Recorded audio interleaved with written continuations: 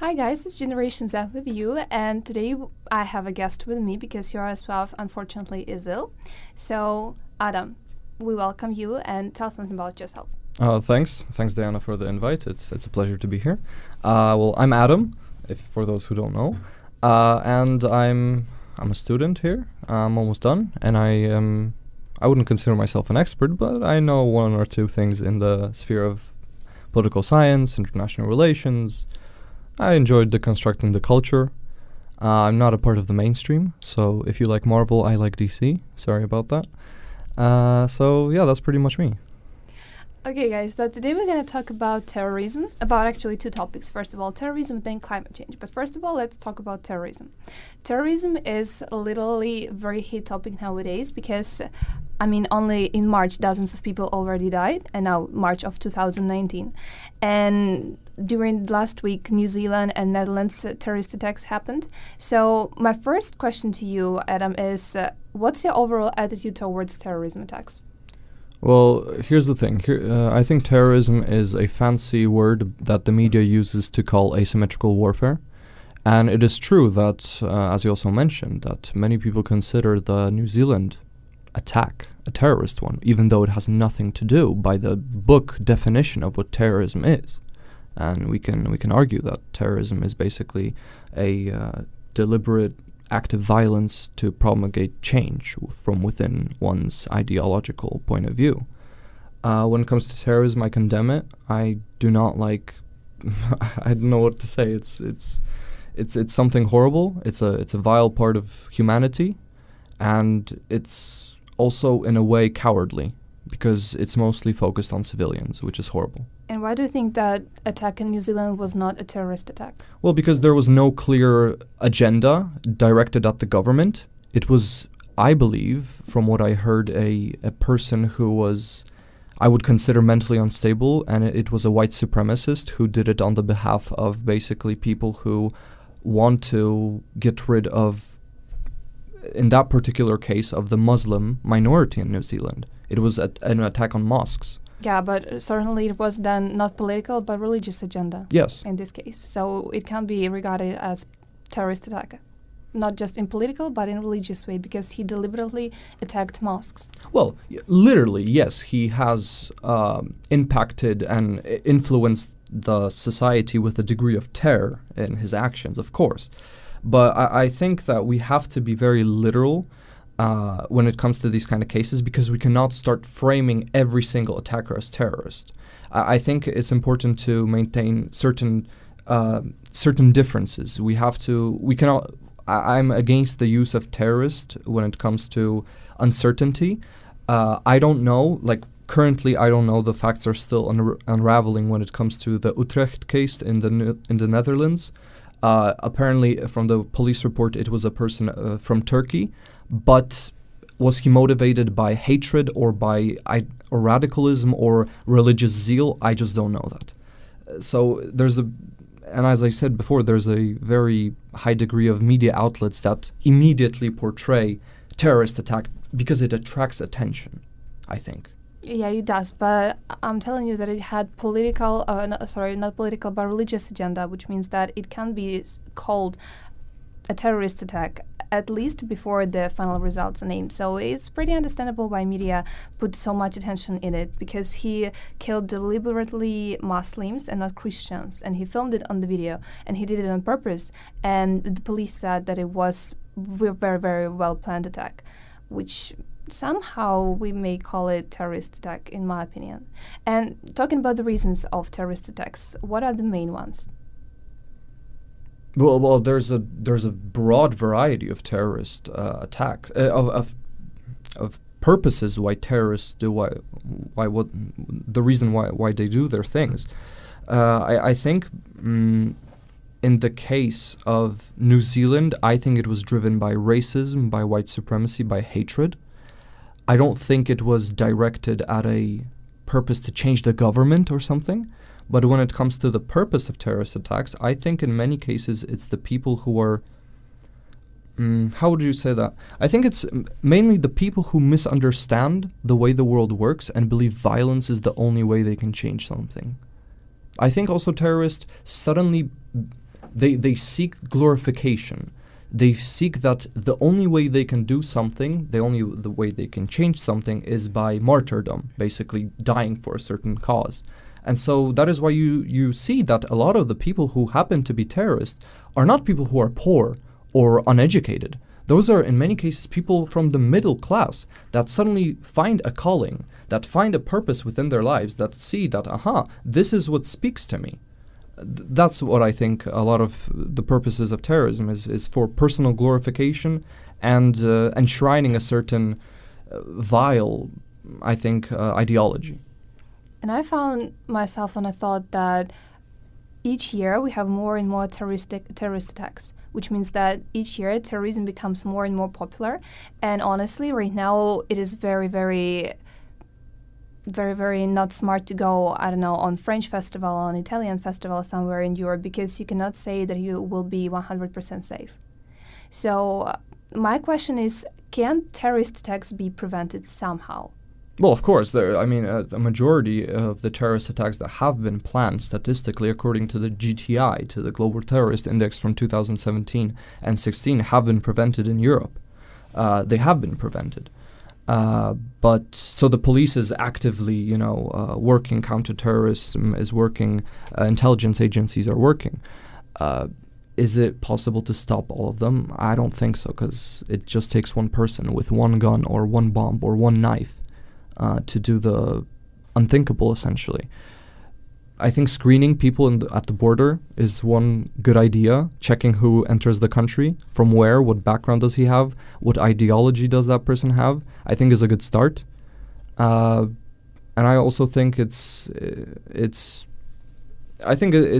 all about that. I think it starts with first screening the people that are in your country, and then screening the people who are outside your country that are coming in. But the problem is there were lots of conflicts and lots of terrorist attacks that were planned by the citizens, for example, of France, which were Muslims, for example. So basically, you cannot control it, and it's very terrifying for me. Of course. Because the citizen of Paris, for example, can kill dozens of people because he's Muslim, or a Christian, as we now see, can kill dozens of Muslims. Actually, 49 people died. And for me, it is uncompletely safe, like absolutely not safe to go somewhere.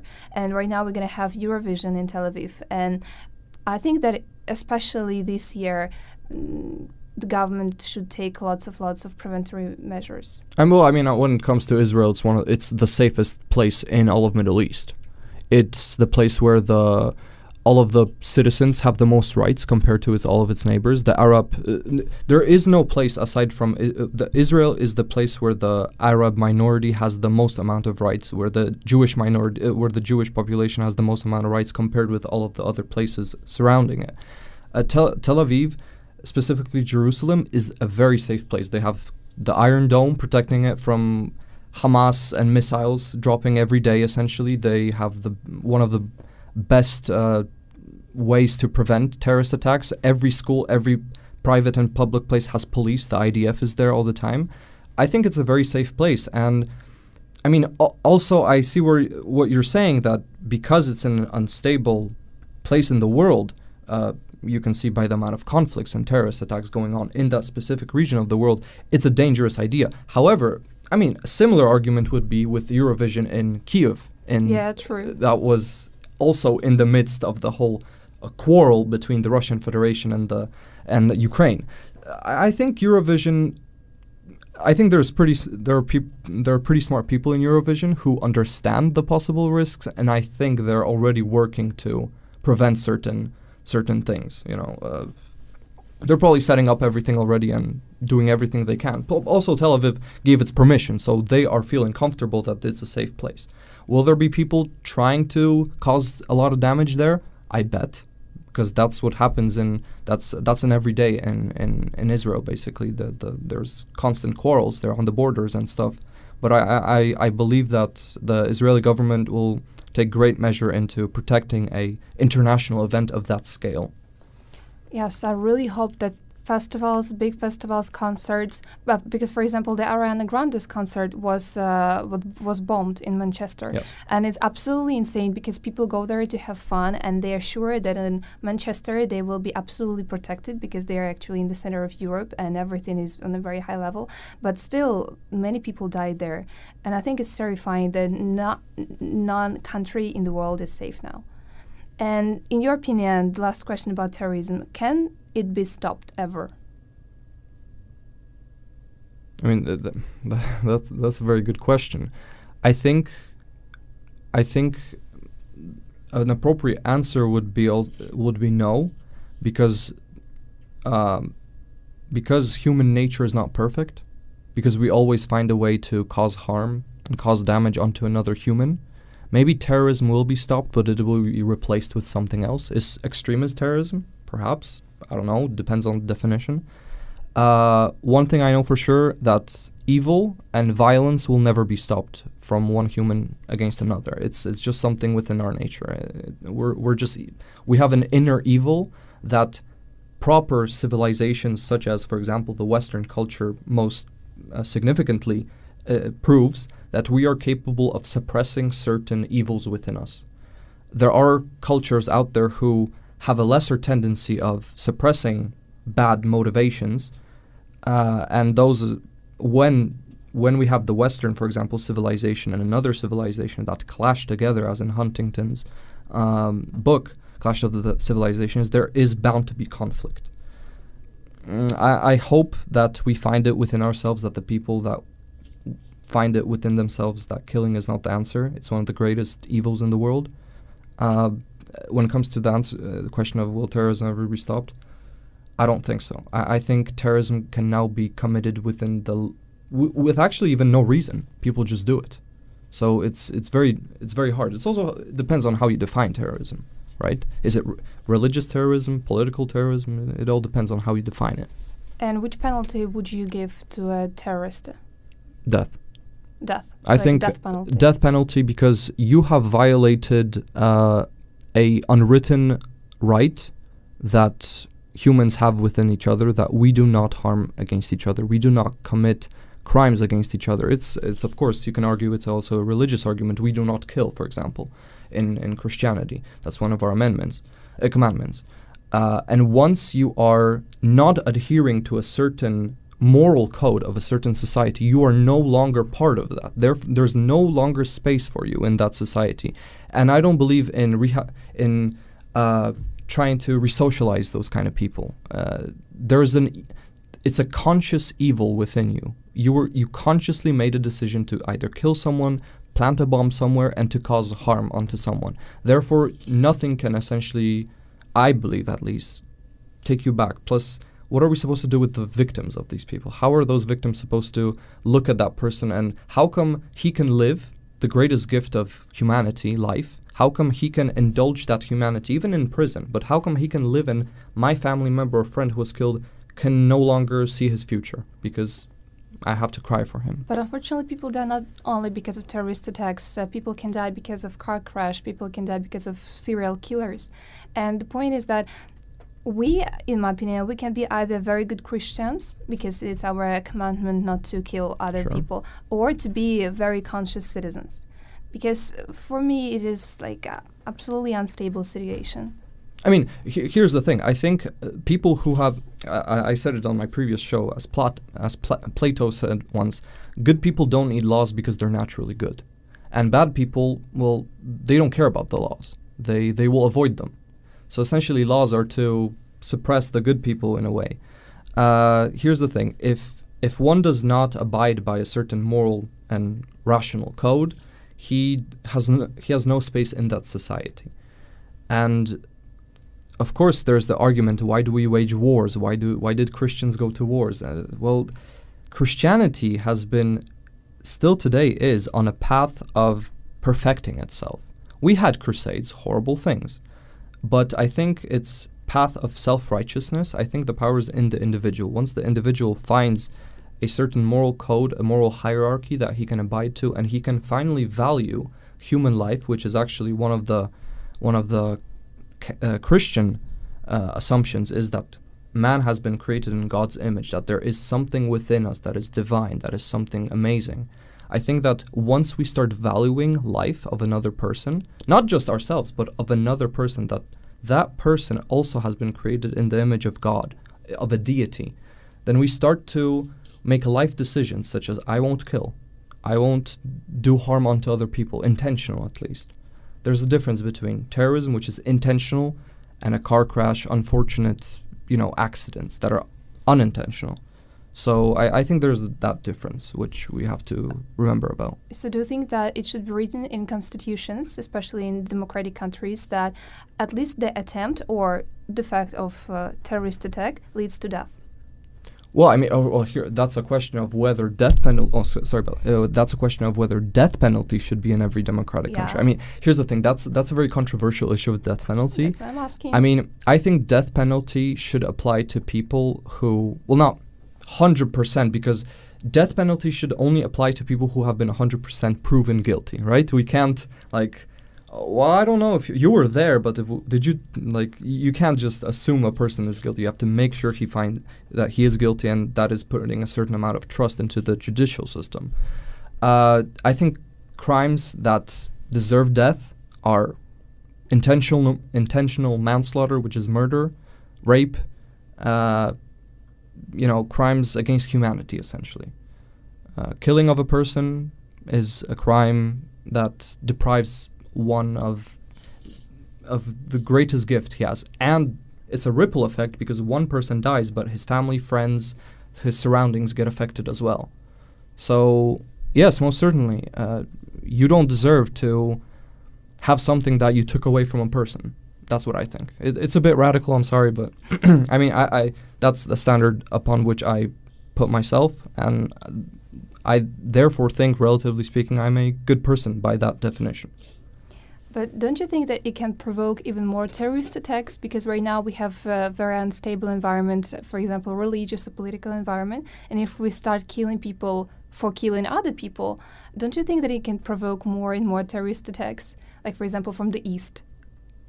Well, I mean, it's a question like how... logic of many...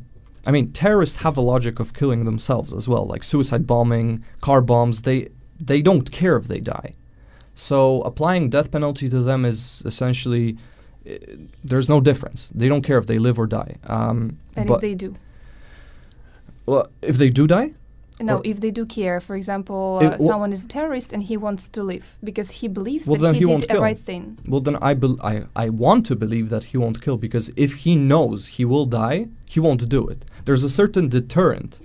For example, you won't, if you know there's 100% punishment of you dying, you're not more willing to do something. No, I'm telling that, for example, a man is a terrorist, sure, and he killed people, and you give him death penalty, but he tells you, I did the right thing. That's what I wanted to do. I wanted to kill those people because according to my principles, they are wrong. For example, they have wrong religion, or they have wrong political views. So this man killed people, and he thinks that he did a right thing.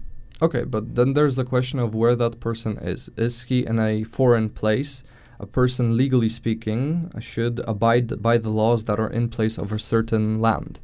So you're in our society, you violated the laws that are on the ground in that society, and therefore this is the punishment. You knew about the laws. Even if you didn't, they're publicly available. I mean, this is the language that lawyers say all the time. The laws are public, therefore you knew about them because they're available. Also,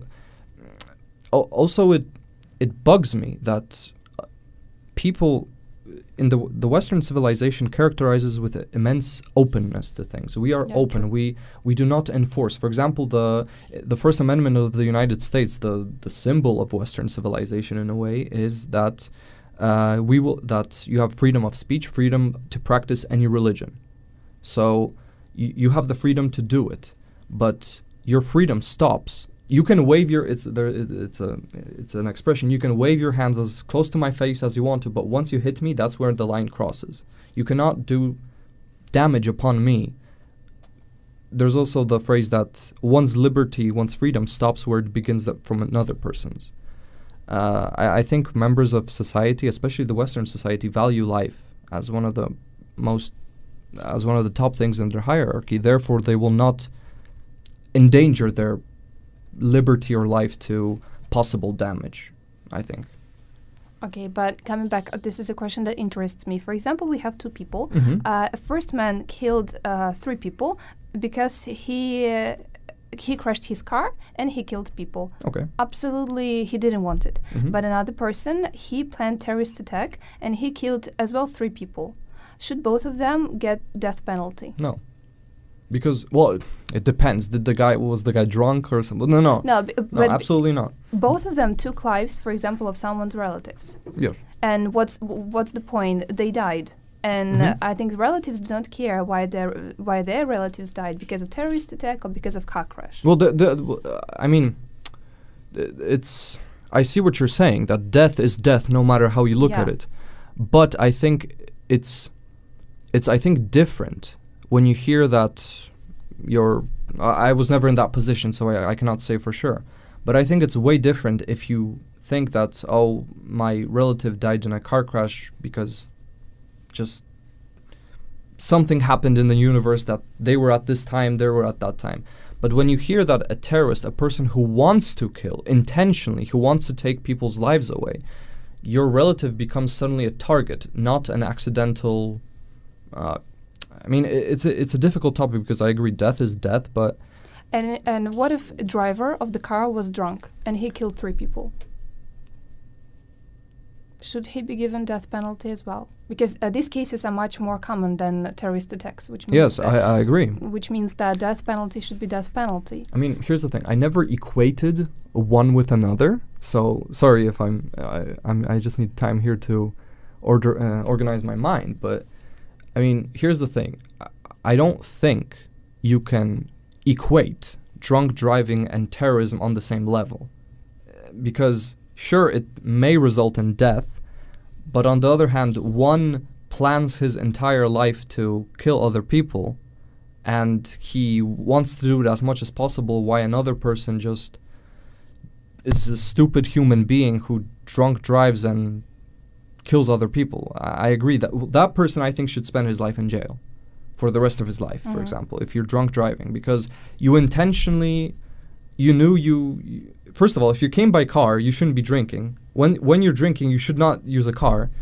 So in our minds, there is this small degree of consciousness when we're drunk, because we kind of are aware of our surroundings. If our legs don't work, we kind of still know, oh, my legs don't work or something like that. I think they're of way different calibers.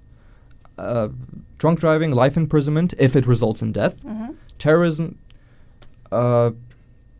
this might sound a bit controversial, but getting as much information out of that person about future terrorist attacks, about the whole organization, once that person is no longer of any use, then I think it's time to cut the cord. Sorry, at least you have redeemed yourself by giving us some information. About you have no space in this society, in this world. And what about serial killers or maniacs? Well, here's the definition of... I mean, I agree, death penalty, but this is a question of legality. Because once you plead insanity and you say, oh, you're insane, you don't know what you're doing, then the legal system is very weird about that. No, for example, a person is completely sane. Well, you can't be sane and a murderer, because I think if you have a need to kill other people, something is wrong with you. You're not healthy by human standard. But not all the terrorists are insane. Well, I think if you have a need to kill other people... No, I mean from a medical point of view. Well, I think they're disturbed, at least. True. Because, sure, you do have, a normal human being sometimes, someone swerves the car in front of you and you start being all evil, but it's just in that moment. But if your entire life is orbiting around the idea of, oh, I want to cause the most damage possible to people and I don't care, then I think that once an ideology overtakes your life, then you are no longer essentially that person, because you are an ideology, you're not a person. A person doesn't have these qualities. A person aspires to be good.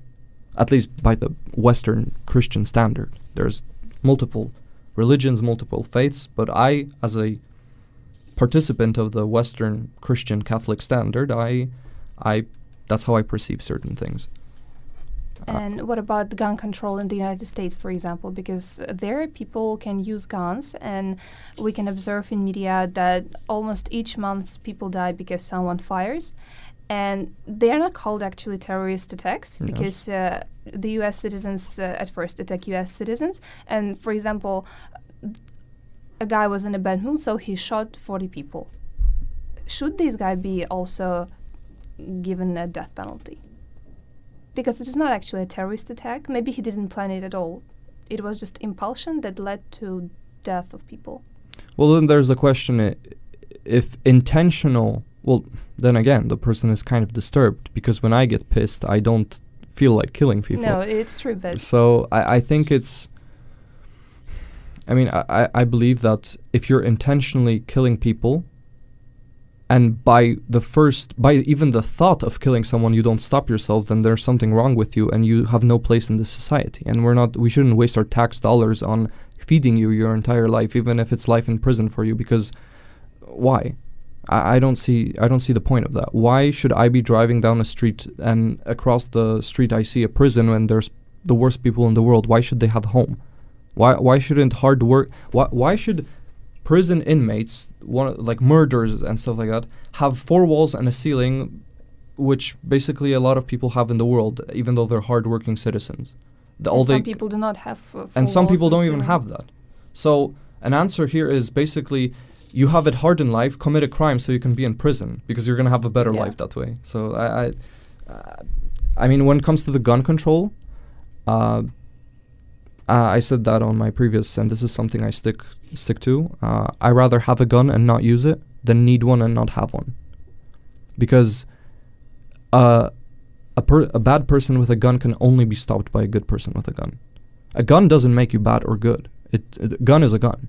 Then why do you think the United States, if they have so many attacks, why don't they ban guns? Because in most countries it is banned, and I think it's absolutely normal, because I don't, for example, feel comfortable that each of us may have gun in his pocket.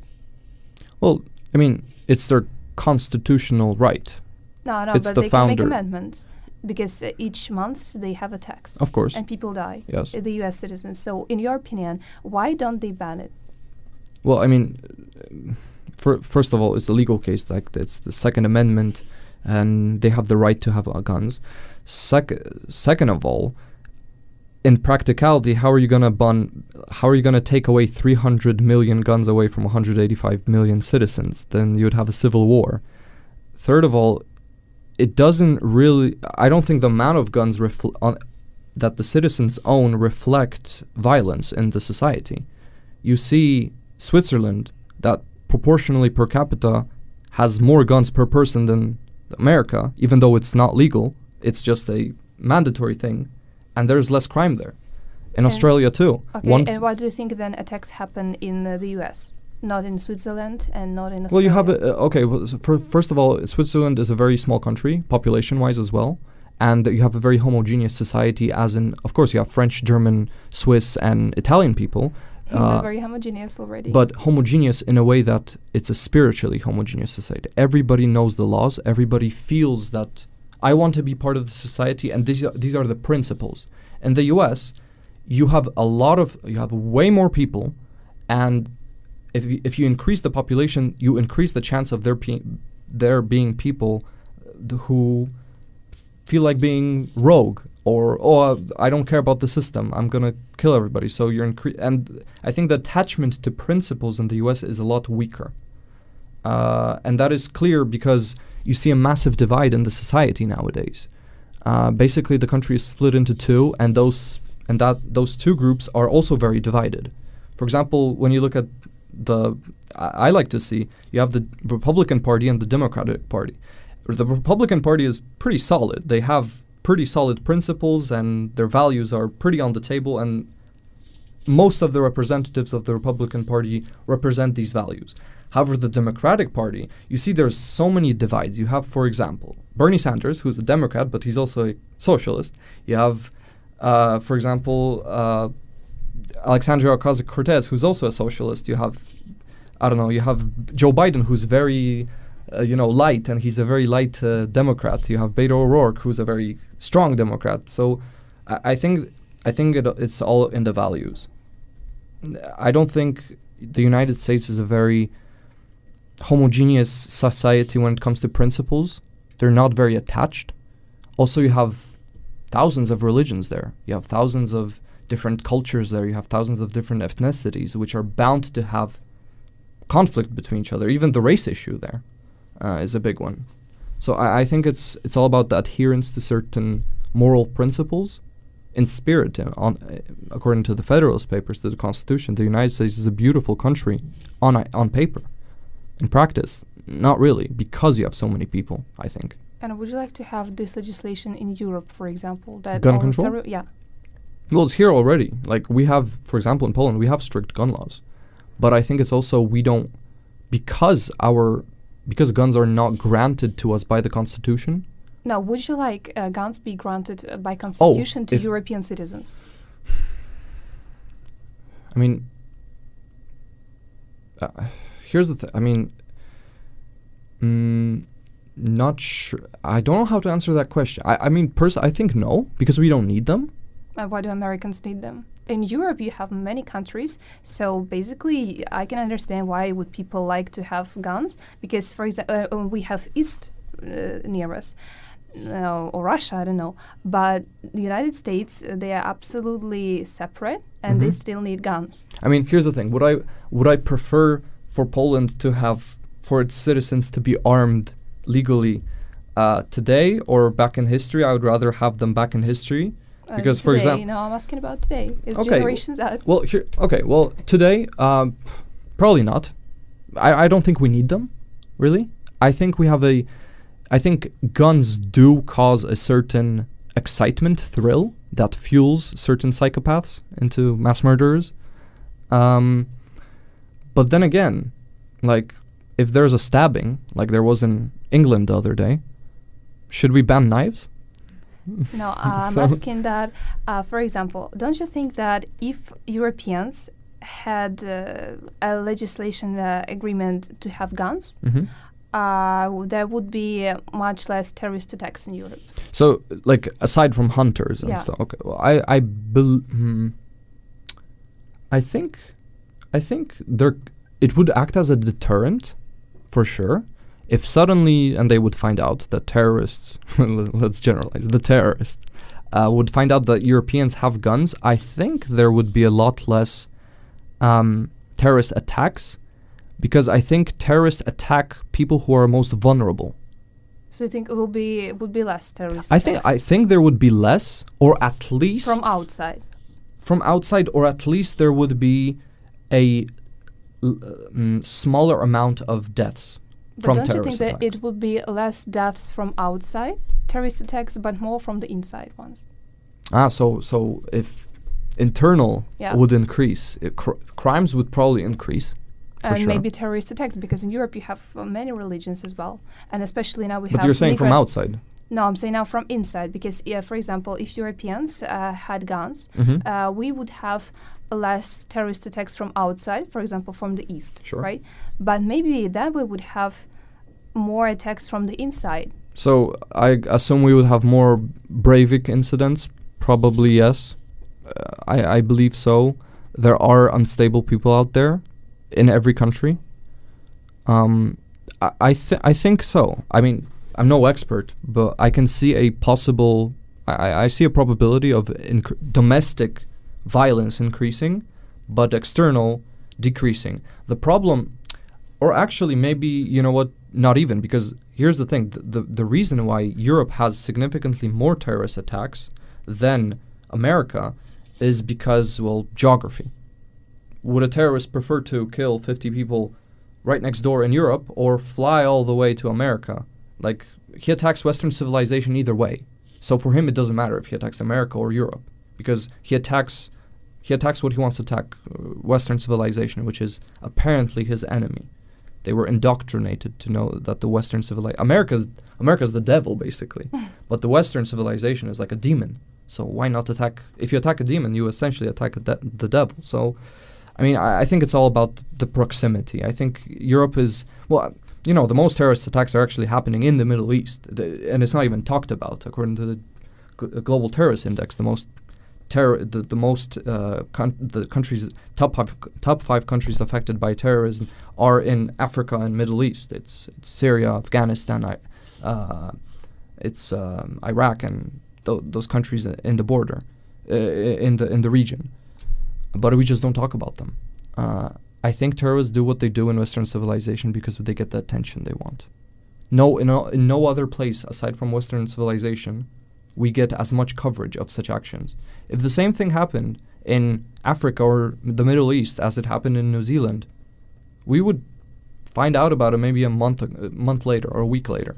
But because it happened in a Western civilization, suddenly the media explodes over the whole thing because it's commonly uncommon, as I like to say, that we don't expect it, but it happens here. Mm-hmm.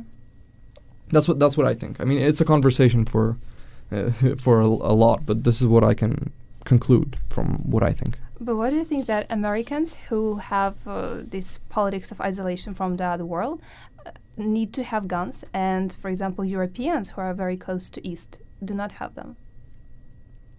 Well, I mean, it's rooted in the history. Like the Americans, I mean, the Americans have the Constitution, right? So they have a right that is granted to them by God, essentially, because the founding fathers were deep Christians, and therefore, if they said that we need guns, then therefore clearly God wants us to have guns. Like, let's paraphrase. But I don't think Europe needs guns, because I think we have security by collectivism, that we can depend on one another, and I mean, I don't see Europe being armed to the teeth. And second of all, if Europe was armed, then Russia Federation would find an excuse like, oh, that's clearly a aggressive move. So it's difficult. The geopolitics today are very difficult because every country interprets another country differently. Poland right now being super Eurosceptical, at least the government. I don't think guns right now is a priority, especially for the citizens. I just don't think also we need them. Poland is the safest place in Europe, essentially, according to at least the statistics. The lowest GTI index score, GTI score, 0.137 or something like that, or 0.0137. So I think we're pretty safe. I mean, I feel safe here in Poland. There's another question of how intolerant the Polish society is, which is also controversial. Okay, guys, so with this positive mood, we end our discussion today. Thank you very much, Adam. This was very interesting discussion with you. And guys, kisses and stay tuned.